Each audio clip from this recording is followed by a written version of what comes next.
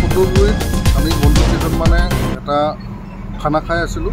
খানা খাই আমি যেতিয়া ঘৰলৈ উভতি আহিছিলোঁ, টোলগেট পাৰ হওঁতে বাহনে আমাক আগাদিয়া কৰিছিলে।